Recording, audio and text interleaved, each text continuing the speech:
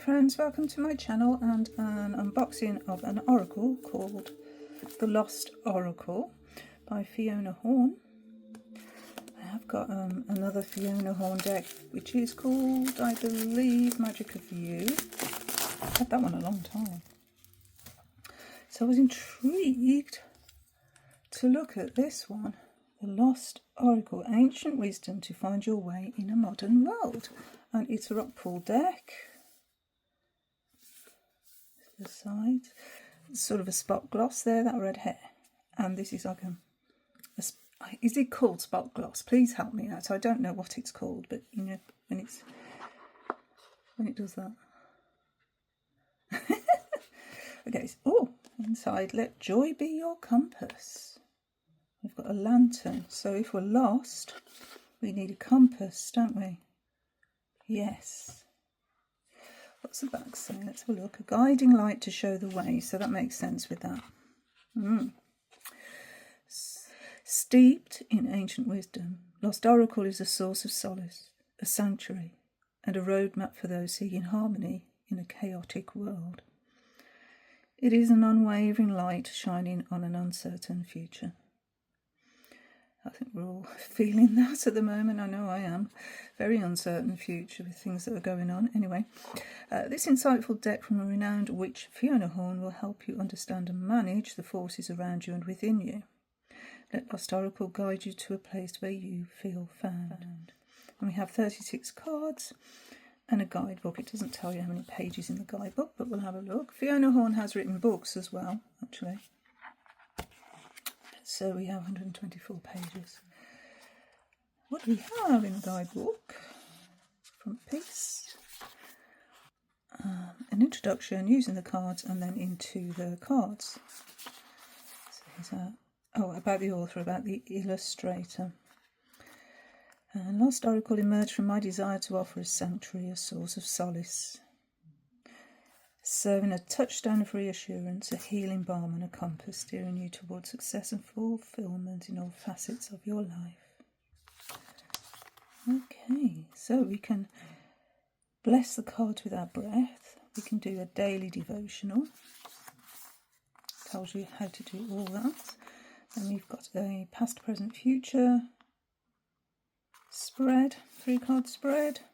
The Lost Cross, which is probably the middle part of the Celtic cross, I would imagine. Tells you how to look at the relationships between the cards. That's really good. Intuitive impressions and narrative flow. So a few little pointers on how to use the oracle. And then we're into it. So we've got an image of the card. And then we've got one and a bit, probably about 2 pages actually, of information. So plenty to get our teeth into. And there we are. There's the author, Fiona Horn. Yeah, look, 14 best-selling books over the last 3 decades. Quite a prolific writer, based in Los Angeles. Okay, so her autobiography, The Naked Witch, which I actually really do want to read. It would be very interesting read.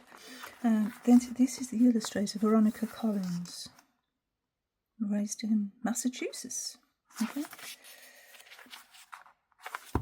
Bachelor in Fine Arts. So let's have a look at the deck. We have a red ribbon. Oh, trust what lies ahead. Oh, that's cool. So we've got black and red. Let joy be your compass, trust what lies ahead. It's giving me dark wood tarot feels, those. Okay, so we've got a red band. It's black edged. It's already edged. How cool is that? It's got black edges. Oh, I like that. Right. All right. Okay, so these are the backs. So we have that lantern guiding our way through our forest of trees here. So it's not reversible, but then it's an oracle deck, so you don't really get reversals in oracle decks. Size-wise, it's oracle size. You can see it's quite a lot larger.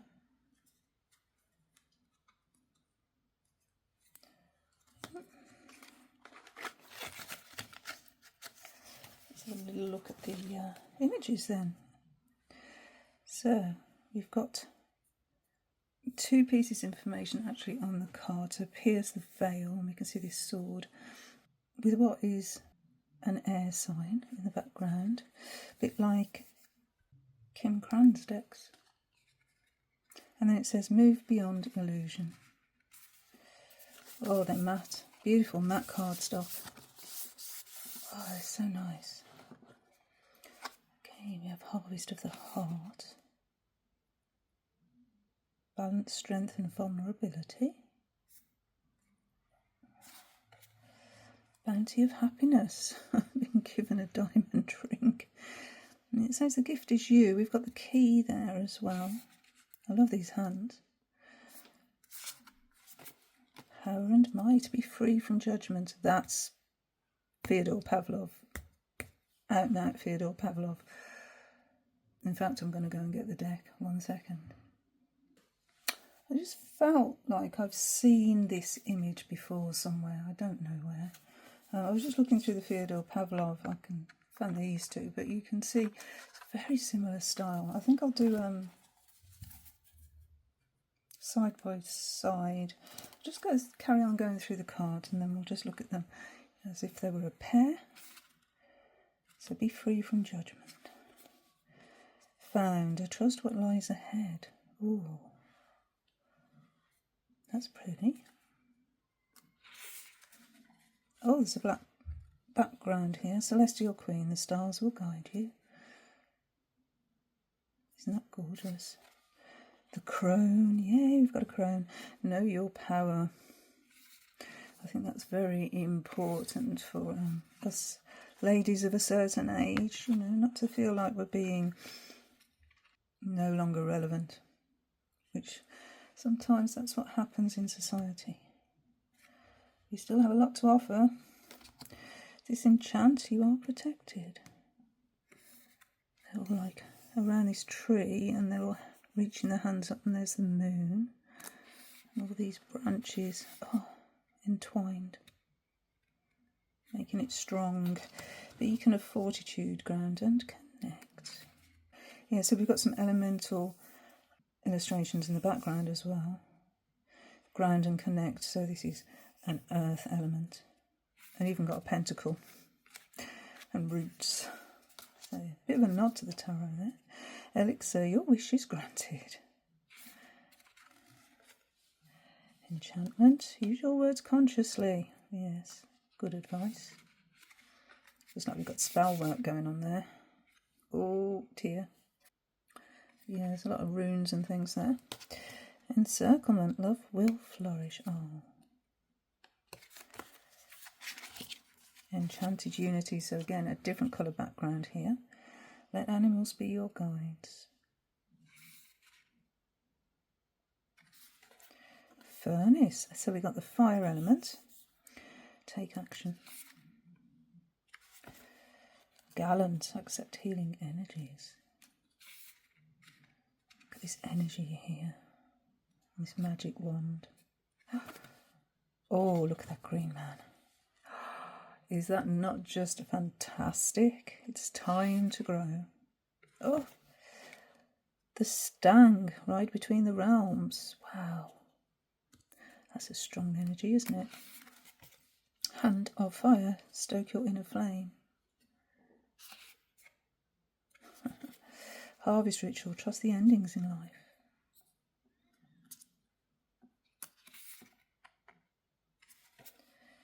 It's about that time of year now as well, isn't it, for harvest time. Hearth, broaden your horizons. Oh, leaving. House of love, you shall be loved. Doing some spell work. Lost, choose joy as your compass. There we go, here we go. This is the image from the book and the box. Honed into this part here. Yeah, we go through the dark forest and we will find This castle in the sky. Blessed resilience. Oh, that's some very strong images, isn't there? You can weather the storm. Holding the cat. Primordial passion. Leave your mark. Wow, is that blood or paint? Got a feeling that's blood. Midnight brew. The alchemy of you. Nascent. Your potential is ripe. Naivety. Cultivate innocence. Picking all the flowers. Even in the... Is it in the wind? Is that windy? Did you say? Papillon. Butterfly. Phenomenon. Expect the extraordinary. Do you know, whenever I say that word, I get that song in my head. Phenomenon. Do-do-be-do-be. Phenomenon. Anyway, can't help it. It's ingrained in my brain. Anyway, expect the extraordinary. There's some powerful, powerful images, aren't there, in this deck? You are the catalyst raconteur. Wow. It looks like they're taking the book and just... Are they empowering the book, or is the book empowering them? It's an interesting card. A spiral. Time for rest and repose. Ancestral alchemy. Conjure your legacy.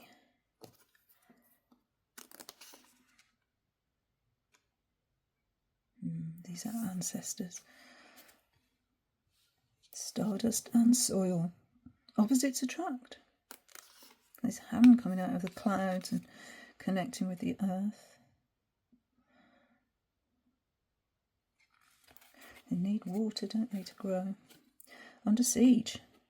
Uproot your habits. Oh, really entangled there. Unguarded. Trust the unexpected. Look at that. So vulnerable being naked. And we're on a bear. Oh. Chalice of charity. Be nourished. And we've got the water element in the background there. That's really nice the way they've done that. Okay. Let's shuffle it up a bit. And put it alongside the Theodore Pavlov. Because I think they'll go well together. Fyodor Pavlov also goes well alongside the Magical Botanical. I'll put a link to my video on Magical Botanical because that is... what a deck is that. It's Christopher Penza. But yeah, let's just look at these two together.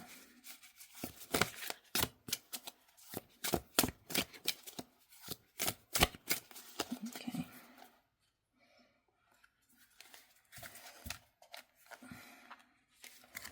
Alright. So, your potential is ripe. Oh, that goes well, doesn't it? Yes. I like that.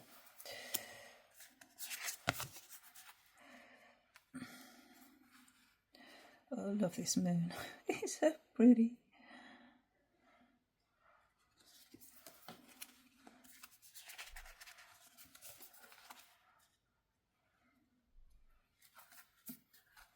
The art style is so similar, isn't it? So similar. And the colouring.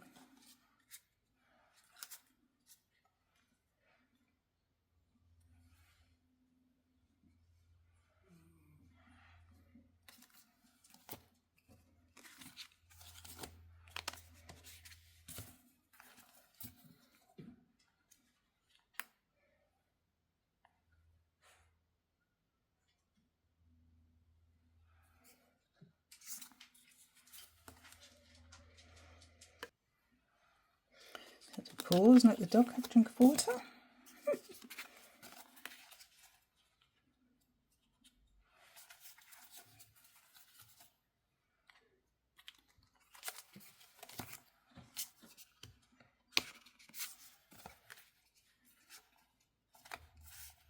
I think aesthetically these are beautiful together. It is gorgeous. Gorgeous. So I might actually try reading with the pair of them and see how they align in that respect. Yeah, I think I'm going to do that. Right, let's try. Put the two decks back together and see if the guidebooks sort of align as well. Ooh.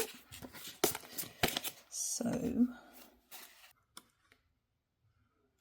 we do the identity spread. An aspect of my outer identity, which is the sun position. An aspect of my inner identity, which is the moon, and guidance to live authentically, which is the stars. So this is the Fyodor Pavlov guidebook. So I think what I'll do is use the Fyodor for the first two positions, and then I'll use the Fiona Horn's deck, the Lost Oracle, for the third position. Yeah, that sounds like a plan. Let's put that over there. Okay, so an aspect of my outer identity. So it doesn't say this is my outer identity, it says this is an aspect of it. So, outer identity. And we have the world. Okay. Card 2, an aspect of my inner identity, the moon.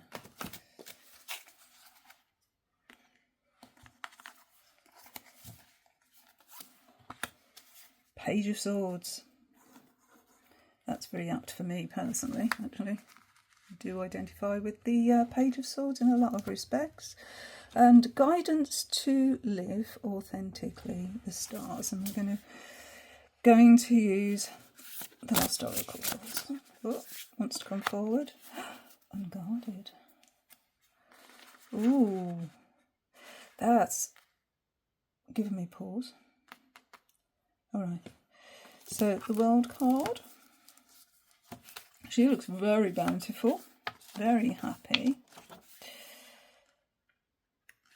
Beautiful deck, this. So it's a card of achievement, abundance, creative fulfillment, and joyful mystery. So this is the outward expression. So we've got this cornucopia wreath here, full of vegetables and fruit, flowers. We've got the fire coming from the torch, so we're blazing our way forward. Look at this hair as well, it's gorgeous.